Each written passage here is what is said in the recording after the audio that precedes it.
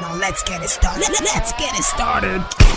Play ball! Mbappe, Vini, and Jude scored 3 for Real Madrid. They won that game against Atalanta, 3-2. Lookman scored a goal. Our own brother Lookman scored a goal in the second half to make it 3-2. They were trying to come back to maybe make it 3-3. I think they missed a couple of chances, especially that last one in the 92 minutes where one of the strikers, I don't know what he did, he just skied that ball inside the 6-yard box. I don't know how it happened, but at the end, Real Madrid won that game 3-2. Okay, guys, if you look at that game, Real Madrid came out firing. 10 minutes, Mbappe have scored. But generally, what do you make of Real Madrid in this Champions League? They are not looking like favorites, but you know how it happens with them. Group stage, they play like they are not serious, but when they enter the knockout stage, they are anointing falls of them and they start winning games and win the Champions League. But on this game, how do you see this game in general?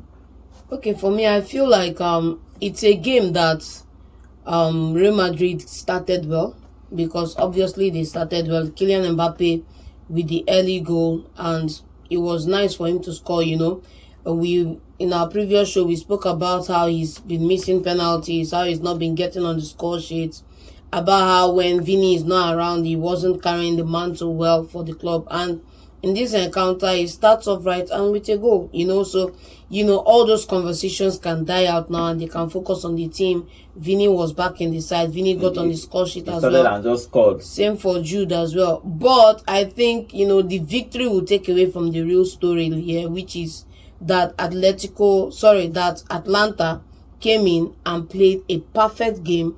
They could have walked away with a draw in this encounter, but it was not to be, because of course that guy missed the golden opportunity in the 92nd minute to make it 3-3. And when you've done a good job in this encounter is when the man of the match is from Atalanta. Know that says the whole story. The game plan was get into the game, how Atalanta is energetic young side, get into the game, get the early lead.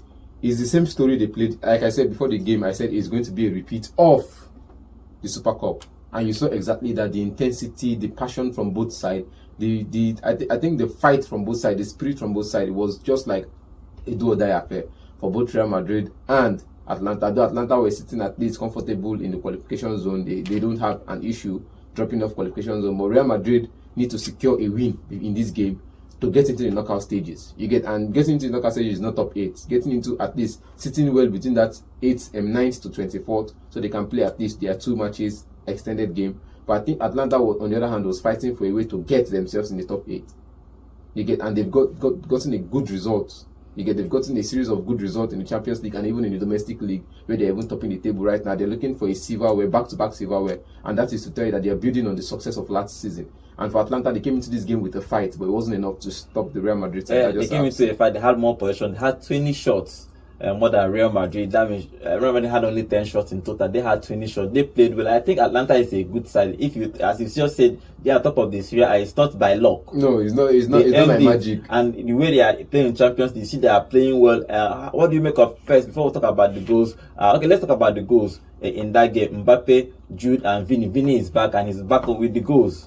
The thing is, look at the first goal, Kylian Mbappe's goal. You could see the work. You could see how it was worked out from the defense to midfield to Jude Bellingham to the front line. I just feel like this is a Real Madrid side that could have at least, the workload on Jude Bellingham now is more, because he has to do a lot of work defensively since there's no Camavinga, and we don't trust. Play as a defender now. Like I said, in midfield, and we don't trust Tchouaméni in big games. Mostly, I don't trust Tchouaméni in big games, and I think Ancelotti is seeing that part of me as well. But Valverde and the rest of other people playing in that team, Jude Bellingham has to drop deep to do a defensive midfield job, and equal take a look some of those work from Valverde. Do you think and also go forward, create chances, and perhaps try to score goals? Last season he had all of those creativity job done for him by Toni Kroos. But this season is going to be tough because he's going to be the mantle falls on. To say that last season he had the creativity job done for him by Toni Kroos is a travesty on your part, because you underwrite all the creative options. Go back, look at last season. Apart from getting in on the goals, look at chances created, look at assists gotten, and you can see that he did that creative job for them last season as well as finish. But for me, the bulk of the work that is on his shoulders now is picking up other people's slack in that team, and that's what I feel should not be, because you have people like Kamavinga, you have people like Tchouaméni, you have people like Valverde. You know, each time you see him, he plays as if he's, you know, a man all by himself who's carrying the weight of the whole world on his shoulder. And it shouldn't have to be, because every other person around him is just on their off game, if you ask me. Valverde, we haven't seen the best of Valverde this season. We haven't seen the best of Tchouaméni or Kamavinga this season. And it's telling on the man. So for me, Real Madrid need to look at that midfield critically this summer or this January transfer window, and look at what is the fix they need to have in midfield, because his potential in that midfield is not being exploited. And if you also consider the fact that Modric is going to be leaving at the end of this summer as well too, that means it's a good window for back-to-back Kroos and Modric leaving. You know, where is the spark going to come from? It's going to fall squarely on his shoulder, and he can't be providing that spark and locking the back door. Somebody has to pick up their own job, and nobody is doing that right now. Federico is picking up the back job of locking out the behind line, but he can't do it alone. And in some game, like you said, he's an attacking midfielder, a CM that can play an attacking midfielder. Now, CM, AM, striker, that's what Jude Bellingham plays for Real Madrid. Somebody has to be a DM, CM as well. You get a CDM, center defensive midfielder, or a defensive midfielder in full. And that falls under Kamavinga, who's been out injured in and out of the season. Tchouaméni is not really up there. He was supposed to be the defensive midfielder, taking over Casemiro. You're talking about Toni Kroos leaving now. Forgot about the last season when Casemiro left. You get somebody had to replace him, and that person was supposed to be Tchouaméni.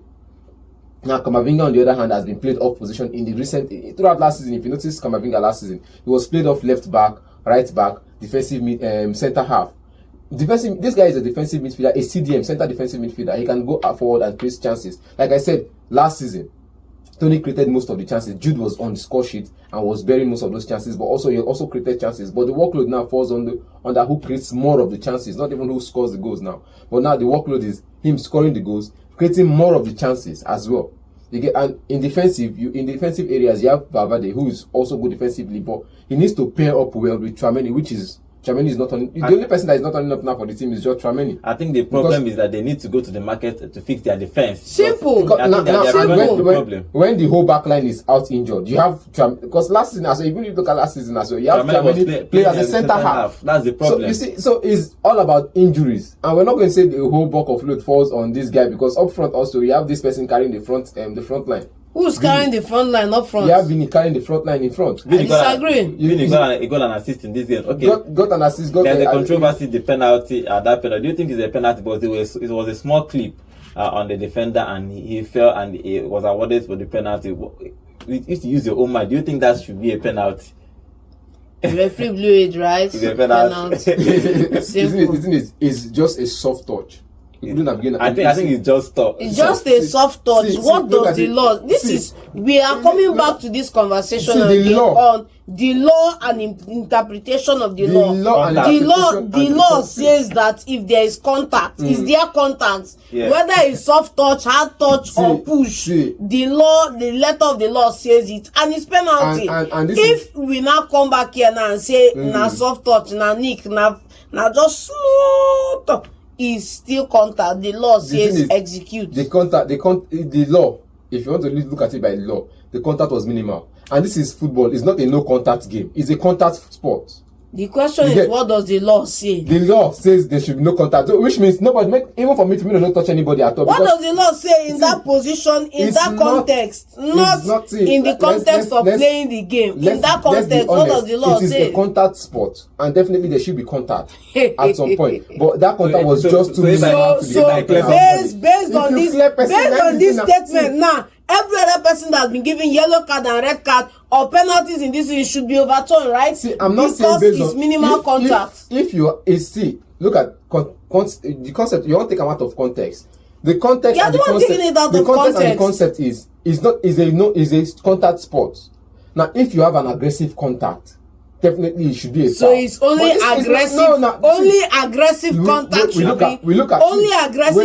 should be penalties, right? We look at intent and aggression. I think you are adding more filters on top. A simple issue should that contact have been there? Did he get the ball? Did he get the ball? No. Was there contact? Yes. Penalty. I think they have to be reviewing. For example, the handball has been reviewed. now they have to look at the whole lot of things. You know how many times they've reviewed the handball rule since 2019? But I think if there is a contact, until they review the law, once there is a contact in the penalty, it's contact in the 18-yard box, a penalty. But let's talk about the man of the match, Lookman. Lookman has shown up, especially this season. He showed up last season, got them that Europa League, got them the Champions League, but now he has done well. He and his partner has driven this team, Atalanta team, to the top of the Serie A. Now he's winning the man of the match. How do you explain Lookman? And he's obviously going to be the CAF footballer of the year. So nobody. The performance from Lookman, I think I saw that at Leipzig a couple of years ago. Nobody really. It was a young boy with potential. I know they call them star boys. Then a young boy with potential. At Leipzig, we saw it when he came down to the Premier League and he played for Premier League club Leicester. I think he played at Leicester where they brought in a passing Daka.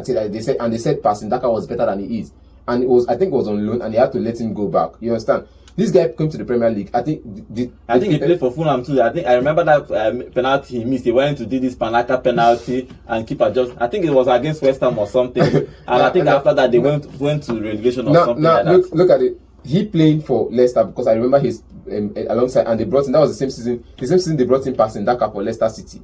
You get his performance dropped. Yeah, he moved from Fulham to Leicester. Now his performance dropped, and after that they said Pasindaka was in real team, and since then we've not seen Pasindaka live up to expectation. And he went back to Italy. Now look at it, from Germany to England to Italy, he's dominated. He's been there. You get he's not that we won't say he's a world class player per se, but he's always put up the performance, and you get putting up the performance in consistent seasons, different clubs. Puts you in that conversation. I think for him, he has done well to put himself in the conversation of big boys. Okay, John, if you look at him as a person, last season he had 16 goals and 8 assists.